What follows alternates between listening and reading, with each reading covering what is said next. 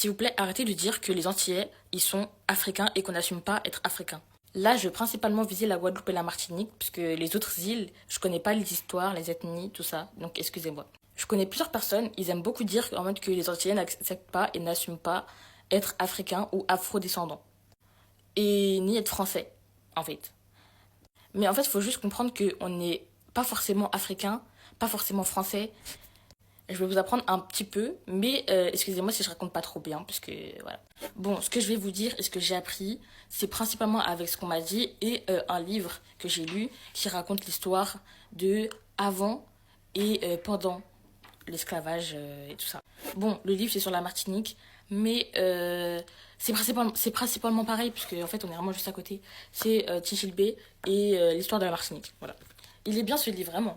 Déjà, vous devriez savoir que les premiers habitants de la Martinique, c'était des Arawaks. Arawak, c'est une ethnie, on va dire, c'est un peu comme les Indiens d'Amérique. Ceux qu'on reconnaît qui font ou et tout ça. Vous voyez? En fait, c'est un peuple pacifique originaire d'Amazonie. C'était des artisans, ils faisaient beaucoup de créations eux-mêmes. De toute façon, il n'y a pas vraiment le choix, quoi. C'était une ethnie, enfin un peuple qui vivait très bien, en harmonie avec la nature. Ils chassaient pas souvent parce qu'ils vivaient avec les végétations et les poissons. Il y a aussi un autre peuple qui s'appelle les Caraïbes.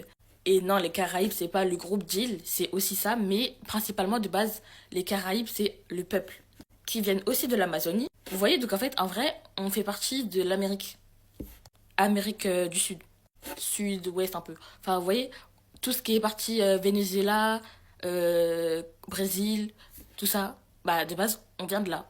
Enfin, c'est pas qu'on vient de là, mais en tout cas, vous avez compris. En fait, ces peuples, ils venaient de l'Amazonie.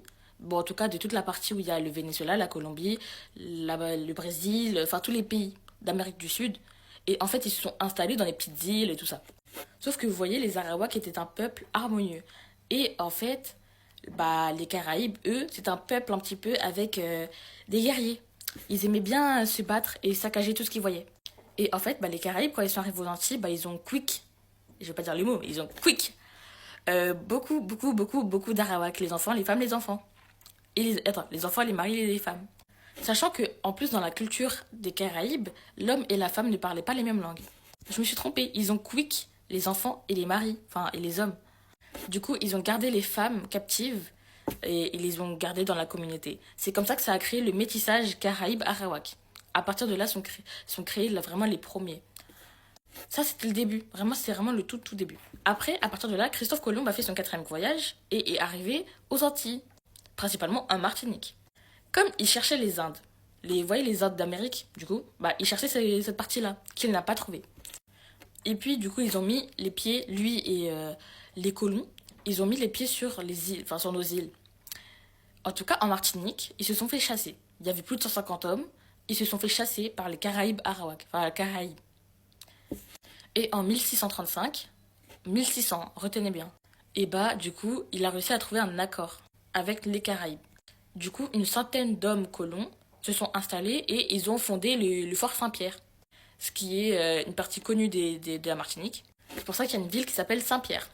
Les colons, ils ont commencé à s'installer en Martinique et à créer du coup leur compagnie coloniale.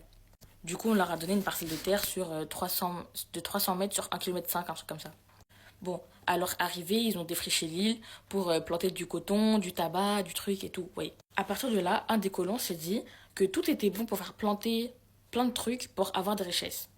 Mais il manquait de la main-d'œuvre. À partir de là qu'il a commencé à faire venir des esclaves. Le cardinal Richelieu, bah, il a vu qu'il n'y avait pas de main-d'œuvre. Du coup, il a proposé de recruter en Normandie et en Bretagne.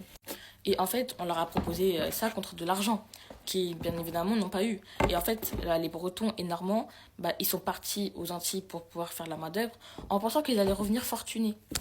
Malheureusement, ils sont arrivés là-bas, en Martinique, et ils ont été vendus comme des esclaves. Ils ont dû travailler pendant 36 mois pour leur propriétaire. Et dites-vous que ça, c'était pour rembourser le voyage. Mais en fait, bah, les conditions de travail et le climat, bah, c'était terrible pour eux parce qu'ils n'avaient pas cette habitude. Ce qui fait que beaucoup, bah, ils sont quick. En 1638, du coup, les premiers esclaves africains sont arrivés sur les terres martiniquaises et guadeloupéennes.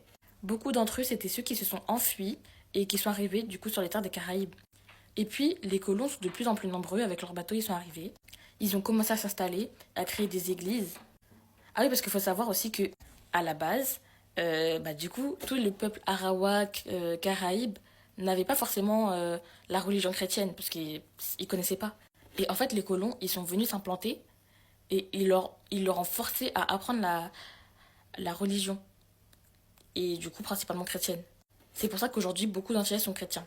Mais à la base, les Arawaks et Caraïbes n'avaient pas de religion. En tout cas, pas chrétienne. Peut-être qu'ils en avaient, mais pas chrétienne. Parce qu'en fait, à la base, Caraïbes et Arawaks étaient autochtones. Donc, c'était pas dans nos implantations. Du coup, ils ont fait venir des jésuites pour évangéliser les autochtones. En fait, ça a été un échec parce que les Caraïbes se sont méfiés de leurs dieux inconnus, étrangers, et ils les ont réduits à néant. Les Caraïbes de la Martinique et les esclaves évadés marrons se sont alliés aux autres Caraïbes et se sont regroupés à Saint-Pierre. En 1658, ils sont rentrés en guerre avec les colons.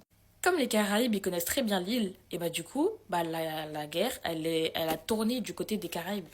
Mais il y a un navire de juifs hollandais chassés du Brésil, je crois, qui tournaient autour de cette île et qui sont venus prêter main forte aux colons. En fait, dans tous les cas, je ne vais pas continuer longtemps sur cette histoire parce que il y a beaucoup de choses à dire et on est une très grande île. Et en vrai, nos îles, elles sont grandes, tout en étant petites à côté des grands pays. Mais en fait, on est grand déjà de cœur, d'histoire et on est grand de richesse. Même si on nous a volé beaucoup, mais on est grand de richesse. Et il faut savoir qu'on ne peut pas nous associer à une ethnie différente, à un peuple spécifique. En fait, nos îles, elles sont basées sur le métissage, en fait. Parce qu'en fait, les colons, ils ont essayé de nous réduire à néant. Et ils ont essayé aussi de nous faire un lavage de cerveau pour oublier d'où on vient réellement. C'est pour ça qu'en fait, déjà, nos noms de famille, pour la plupart des Antillais, les noms de famille, c'est des noms de famille des maîtres, ou des propriétaires d'esclaves. Par exemple, moi, mon nom de famille, c'est le nom de famille de propriétaire. Le nom de famille de ma mère, c'est propriétaire aussi. Le nom de famille de beaucoup de personnes que je connais, c'est des propriétaires d'esclaves. Aussi, il y a beaucoup d'Antillais qui ne connaissent pas leur origine, leurs vraies origines, qui ne connaissent pas d'où ils viennent, qui ne connaissent pas dans quelle descendance. On ne sait pas nos ancêtres ils viennent d'où exactement, par exemple de quel pays. Parce qu'il faut savoir qu'aux Antilles, du coup, on vous a dit qu'il y a des juifs hollandais, il y a des autochtones, des Caraïbes, des Arawaks, il y a aussi des Indiens, des Chinois, encore d'autres pays. Et effectivement, il y a les esclaves africains.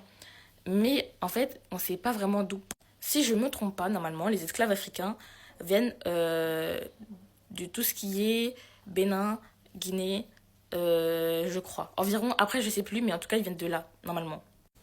Je sais pas exactement. Ça, je peux pas me tromper, j'ai pas trop cherché.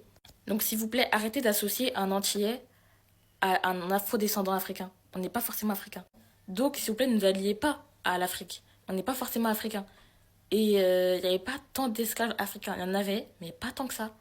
La plupart des esclaves, c'était indiens, chinois, et même, en fait, c'était des métissages entre les Caraïbes arawaks et des Africains. Ce qui fait que les Africains qui viennent de nous sont pas vraiment... Donc, effectivement, il y en a beaucoup d'entre nous qui sont descendants africains. Moi, peut-être, moi, je sais pas, personnellement, je connais pas mes origines réellement. En tout cas, juste retenez une chose, nous associez pas, parce que beaucoup ne connaissaient même pas notre histoire, et encore, je ne vous ai rien raconté, parce que j'ai raconté vraiment une partie minime de notre histoire. On a une très grande histoire. L'histoire, elle est quand même touchante, et on a quand même vécu, on a du vécu. L'histoire des Antilles, c'est vraiment une histoire à raconter et qu'on n'apprend pas assez à l'école. À l'école, quand on parle des Antilles, on nous parle du commerce triangulaire, on nous parle genre de la partie d'esclavage, mais même dans cette partie-là, souvent on nous apprend vraiment rien. On nous apprend 1% de l'histoire. En fait, et souvent, il y a des familles où, les familles des Antillais, il y a beaucoup de trucs où on nous apprend pas forcément parce que beaucoup ne savent pas, les histoires elles sont un peu racontées aléatoirement, enfin on sait pas. Sachant qu'en plus, du coup les colons et toute la partie esclavage, ça fait que on a perdu beaucoup, beaucoup, beaucoup de notre personnalité. On nous a volé notre personnalité, on nous a volé notre histoire. Et du coup, beaucoup ne savent pas qui ils étaient. On a changé nos prénoms, nos noms de famille. On nous a donné des chiffres ou des prénoms autres.